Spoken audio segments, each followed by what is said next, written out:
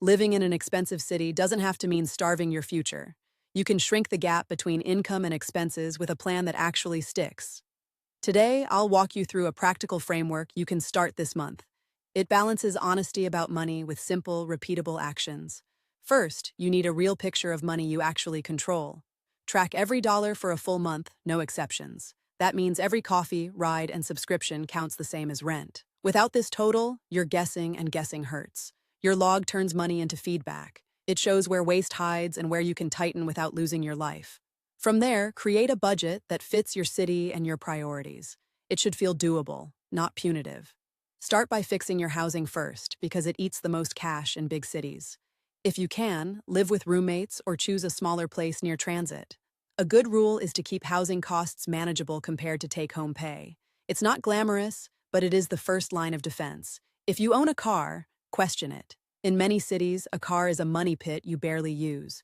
Consider taking transit, biking, or walking more. Look for apartments a little outside the core but still close to work and shops. A 15-minute ride can drop rent by hundreds of dollars. Negotiate the terms of your lease before you sign. Landlords often have wiggle room for longer commitments or upgrades. If possible, sublet or find a longer-term arrangement with a trusted roommate. Shared spaces dramatically cut the largest monthly expense. When housing is under control, turn to transportation costs. The goal is predictable. Lower bills, not chaos.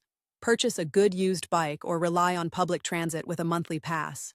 A single option that fits your routine is cheaper than many small choices. Limit ride shares to emergencies or planned trips.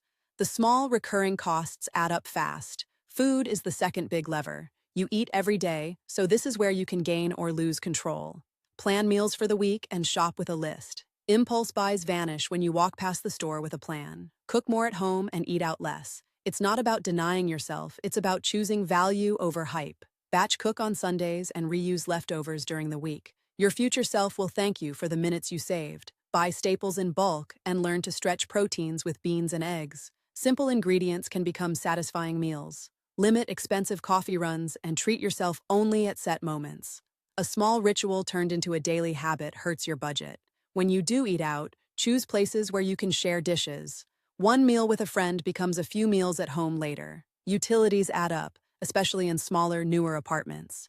Tweak how you use lights, heating, and cooling.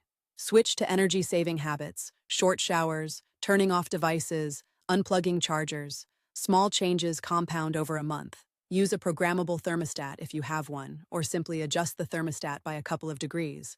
The results are surprising. Invest in a few simple, durable home fixes. A weather-stripped door or a draft-proof window saves cash over time. Reevaluate your subscriptions every quarter. Do you really use every streaming service you pay for? If not, cut back. Clothing and gear can be a hidden drain. Buy only what you truly need and seek quality that lasts. Shop for secondhand goods when you can. Thrift stores and online marketplaces often surprise you with solid finds. Create a habit of one in, one out for non-essential purchases.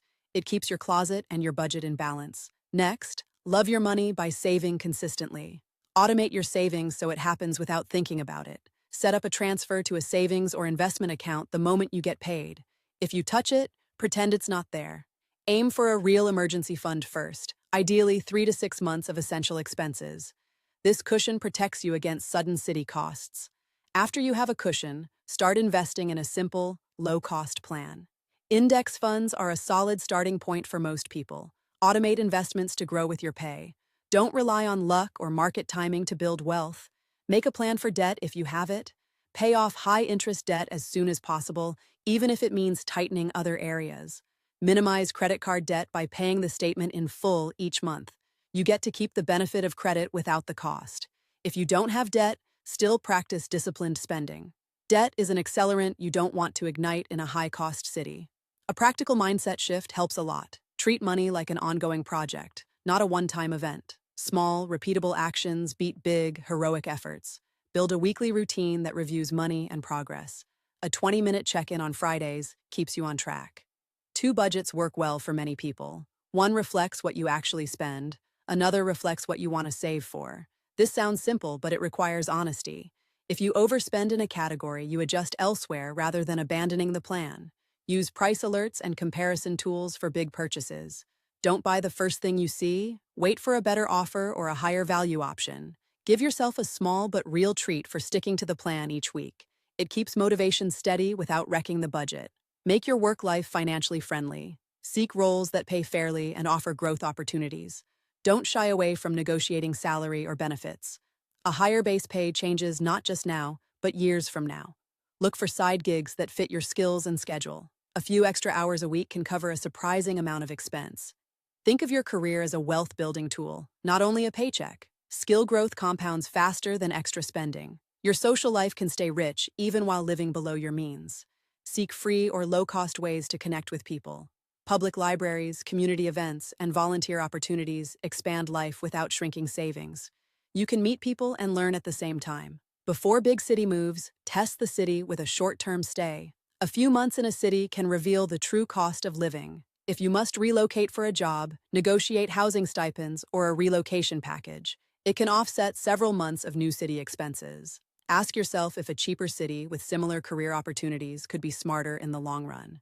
It's not a failure to consider better alignment. Your environment shapes habits, so curate it carefully.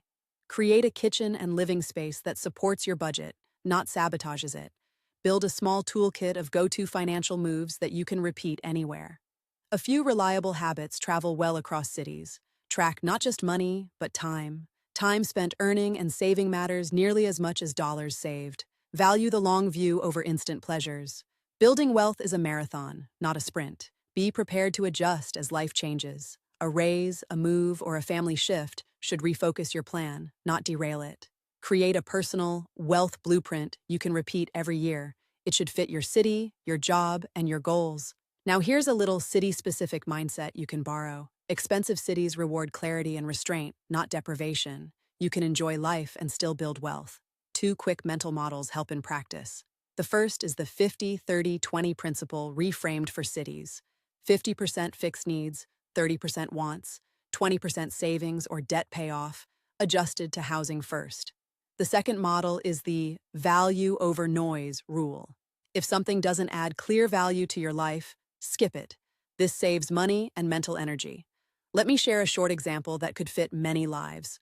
A person in a big gang city cut dining out to twice a week and cooked at home the rest. They kept a weekly budget of $50 for meals outside, used coupons, and bought bulk staples. Within 3 months, housing and meals became stable once more. They found extra savings to invest and even boosted retirement contributions. If you're in a city famous for eateries, you don't have to starve to stay below means. You just choose when and where to spend, with intention. Think about where you live and how you spend your days. Your location should serve your goals, not trap you in a cycle of overspending. As you implement these habits, you'll start to see a rhythm emerge. The rhythm is simple. Spend less than you earn, invest the difference, repeat. If you're listening now, pick 1 or 2 of these ideas and try them for 30 days. Don't overhaul your life at once. Build small, lasting wins. For accountability, tell someone you trust about your plan. Sharing progress makes it harder to drift back into old habits. Record your results in a simple journal or a note on your phone. Capture what worked, what didn't, and what you'll tweak next. Eventually, you'll build a personal system that travels with you. A city swap, a new job, or a bigger salary won't derail you. Living below your means in expensive cities isn't about frugality alone. It's about choosing a sustainable path that aligns with your life. If you found this approach helpful, subscribe for more practical, grounded money moves. You'll get new ideas that fit real life, not just formulas. If you have a city in mind, share it in the comments and tell us the one change you'll try first. Your plan might help someone else too. Thanks for watching and for sticking with a sensible, doable path to wealth. Like if you found value, and comment to start the conversation. If you're enjoying this channel, hit the subscribe button and ring the bell so you don't miss future episodes. I'll see you in the next video.